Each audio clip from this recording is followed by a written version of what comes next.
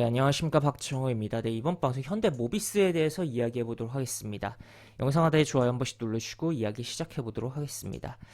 네, 현대모비스에 대해서 좀 이야기를 해볼 텐데 우선은 현대모비스의 경우는 기본적으로 이제 현대자동차 그룹 내 부품 회사다라고 볼 수 있겠고, 사실 자동차 부품 회사들이 친환경차로 지금 넘어가는 국면에서 우려감이 좀 있는 부분이 있어요. 하지만 그룹 차원의 이제 계열사로서 이미 현대모비스의 경우는 자율주행 및 뭐 친환경차에 대한 부분으로서의 뭐 그런 우려에 대한 부분은 좀 더 다른 이제 뭐 그룹에 속하지 못한 다른 부품사들에 비하면 적은 부분이다라고 저는 좀 생각을 한다라고 볼 수 있겠고, 주가가 지속적으로 하락을 하다가 좀 멈춰 세우려고 하는 액션이 나오기도 했었으나 다시 한번 미끄러지고 밀렸는데, 일단 이렇게 좀 강한 거래량이 붙으면서 그 화요일날 60일 이동평균선 돌파하고 멈춰 세우는 듯한 흐름이 연출됐다. 어떻게 보면 멈춰 세운 거다라고도 생각을 해볼 수가 있겠죠. 그리고 뭐 같은 계열에 있는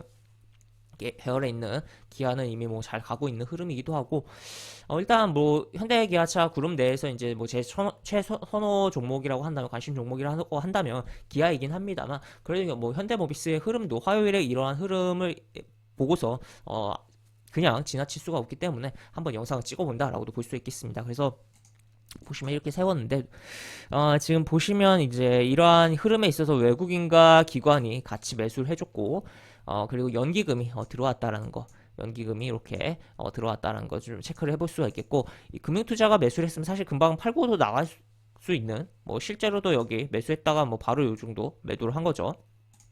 그런 부분인데, 투신이라든지 연기금 중심의 기관 그리고 외국인이 매수했다는 것에 좀 의미를 부여할 수 있지 않을까 싶습니다.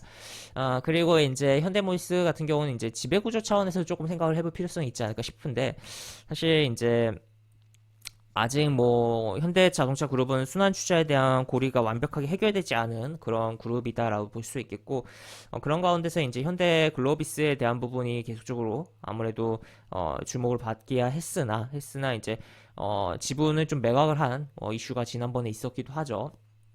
그렇다면 현대글로비스가 아니라 다른 기업을 중심으로 해서 지주사 체제를 만들어 나가지 않겠느냐라는 관점 좀 생각을 해볼 수가 있겠고, 그렇다면 그러한 이제 기업이 될 수 있는 대상이 현대모비스가 되지 않을까, 내지는 뭐 기아가 되지 않을까, 뭐 그렇게 좀 생각을 해볼 수 있지 않을까 싶기도 합니다. 그래서 다양하게 이제 뭐 지배 구조에 대해서는 뭐 생각을 해볼 수가 있긴 하지만, 일단 글로비스보다는 현대모비스에 대해서 좀 가중치를 두는 게 지배구조상에서 본다면, 관점에서 본다면 그렇게 볼 수가 있지 않을까 싶기도 하고, 추가로 이제 일단은 이제 이렇게 흐름이 나왔는데 아직 이제 120 이동평균선과의 간격이 조금 있어요. 조금 있다 보니까 이러한 부분에 대한 부분 내지, 또 추가로 지난번에 이제 하락을 멈추려고 액션이 나왔던 이 구간에 대한 만큼의 추가적인 흐름 정도는 기대를 할 수 있지 않을까, 한 요 정도의 흐름 기대할 수 있지 않을까 싶기도 하고, 그 다음에 이제 다시 뭐 쭉 가냐 아니면 잡아주냐라고를 생각을 해볼 수가 있는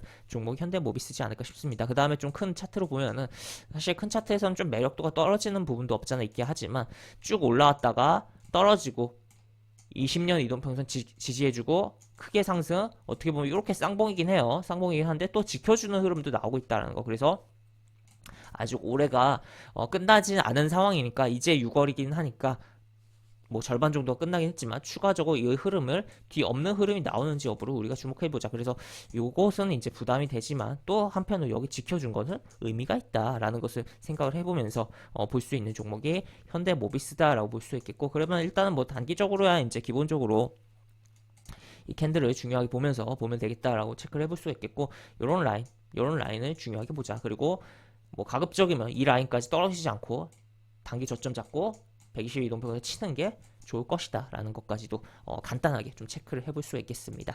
네, 이렇게 볼 수 있겠고, 영상 하단에 보시면 설명과 댓글 부분에 동일한 링크가 들어갑니다. 이 링크 타고 들어오시면 제가 운영하는 무료 카톡방으로 입장을 할 수 있고, 입장하신 여러가지 장중 시황 관련 코멘트, 속보 관련된 부분, 여러가지 부분들 올려드린 부분 있으니까 이 부분 참고해 보시면 주식하시는데 많은 도움이 되지 않을까 싶습니다. 이상 박종호였습니다. 네, 감사합니다.